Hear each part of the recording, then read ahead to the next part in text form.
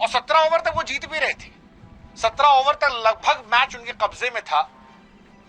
फिर मेजर रेहान आ गए और वक्त, जज्बात, हालात विल जैक्स के साथ मिलकर पलट दिया। पलट ये दिया कि कुदरत के निजाम वाला फॉर्मूला जो है वो पाकिस्तान की तरफ चला गया सेमीफाइनल में प्रवेश करने का। अब पाकिस्तान अगर बाहर होगा तो इसके लिए वो खुद जिम्मेदार है, और रहेगा तो उसके लिए क्रेडिट वो अपने आप को दे सकता है, क्योंकि बाकी उसका काम जो है वो इंग्लैंड ने कर दिया। हाँ जी, 18 गेंदों पर 42 रन चाहिए थे, 6 विकेट गिर गए थे, लगा मैच खत्म है भाई साहब। 3 ओवर में 42 कहां बनेगा, इतना तगड़ा चल रहा है। लेकिन फिर पाकिस्तानी मूल के रेहान अहमद आते हैं और लगता है कि पाकिस्तानी फौज से सीधे आए थे। रेहान आए और फिर विल जैक्स के साथ मिलकर फेंटा मारना शुरू किया। मतलब जबरदस्त ग्लेन फिलिप्स जो पूरे मैच में छाए हुए थे, बैटिंग में, बॉलिंग में जबरदस्त कैच पकड़ रहे थे। 1 ओवर में उन्होंने मैच खत्म करवा दिया।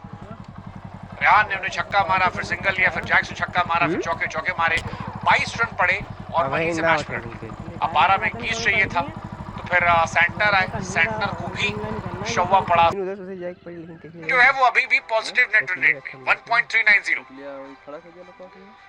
पहले बैटिंग कर 65 रनों से हराता है तो वो क्वालिफाई कर जाएगा। दूसरा कहानी है कि पाकिस्तान जो है वो 13 ओवर में मैच जीत जाए।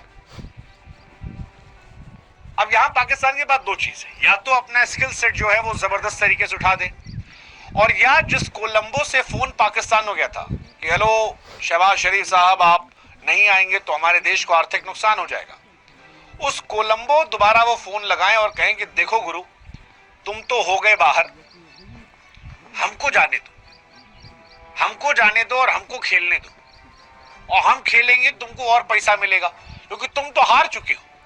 तुम्हारे हारने जीतने से अब घंटा फर्क पड़ता है, लेकिन हम जीत गए तो एक एशियन कंट्री रहेगी, और पाकिस्तान जीतेगा तो फिर श्रीलंका में उसका मैच होगा, वो इंडिया तो आएगा नहीं, तो उसका सेमीफाइनल जो है वो श्रीलंका में होगा। इससे पैसा किसको मिलेगा?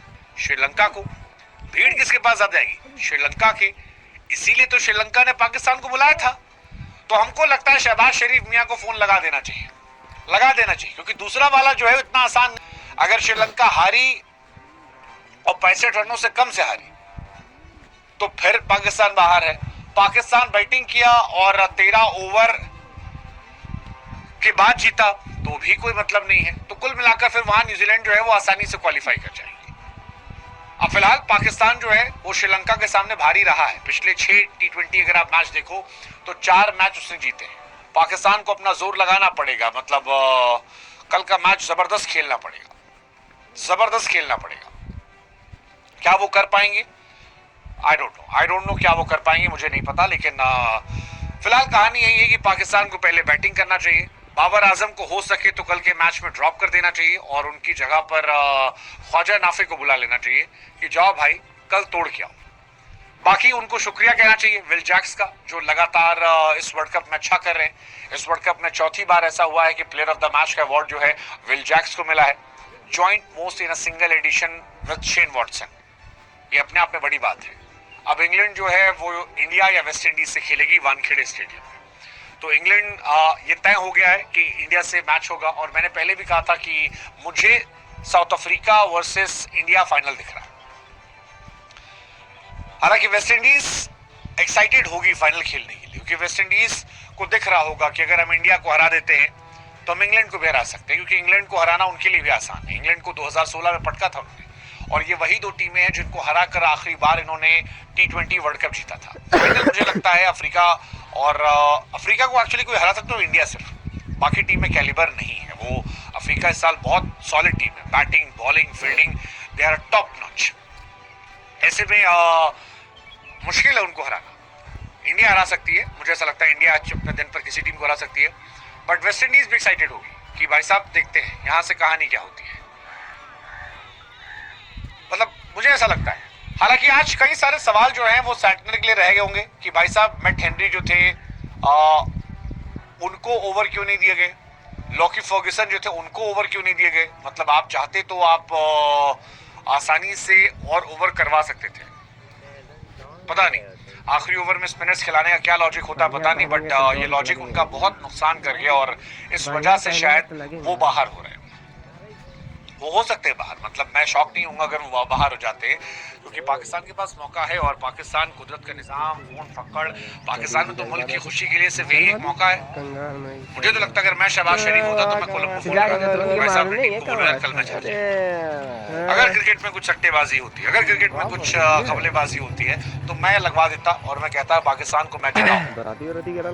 मेजर रेहान ने अपना काम कर दिया है, विल जैक्स ने अपना काम कर दिया। विल जैक्स को तारीफ तो होनी चाहिए यार, 10 में 4 मैच मैच विनर्स का रिकॉर्ड उन्होंने इंग्लैंड के तोड़ा, ये अपने आप में बहुत बड़ी बात है। और ठीक ठाक मैच जीते, श्रीलंका वाला प्लेयर ऑफ द मैच थे, न्यूजीलैंड वाले में थे, उससे पहले 2 टी में इटली और नेपाल के सामने भी वो न्यूजीलैंड नेपाल तो अच्छी टीम थी, नेपाल वाला मैच बहुत क्लोज था, उसमें भी इन्होंने जिताया था।